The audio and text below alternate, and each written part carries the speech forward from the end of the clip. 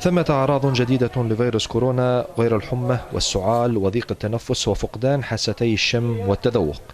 أعراض تقول التقارير المختصة إنها نادرة، ولكنها تفتح الباب أمام تساؤلات عديدة تتعلق بتطور الفيروس.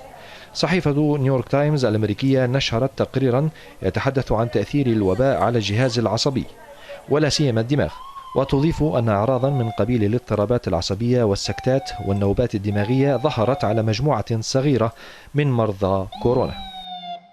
نيويورك تايمز تلفت إلى أن الاستنتاج جاء أولا عبر إصابة لرجل 70 في ولاية فلوريدا الأمريكية فقد القدرة على الكلام وأصيب بارتعاش أطرافه بسبب الفيروس وفق ما يعتقد الأطباء. حالة أخرى في ولاية ميشيغان لعاملة في قطاع الطيران أواخر الخمسينات من عمرها أصيبت بالتهاب دماغي ناتج عن الفيروس، وهو ما يعتبر واحدا من المضاعفات النادرة للإنفلونزا والالتهابات الفيروسية الأخرى. وفقا للصحيفة ثمة حالات مشابهة للإصابات الأمريكية في دول أخرى حول العالم، جميعها تقول إن الفيروس قد يصيب بسكتات أو التهابات دماغية في بعض الأحيان.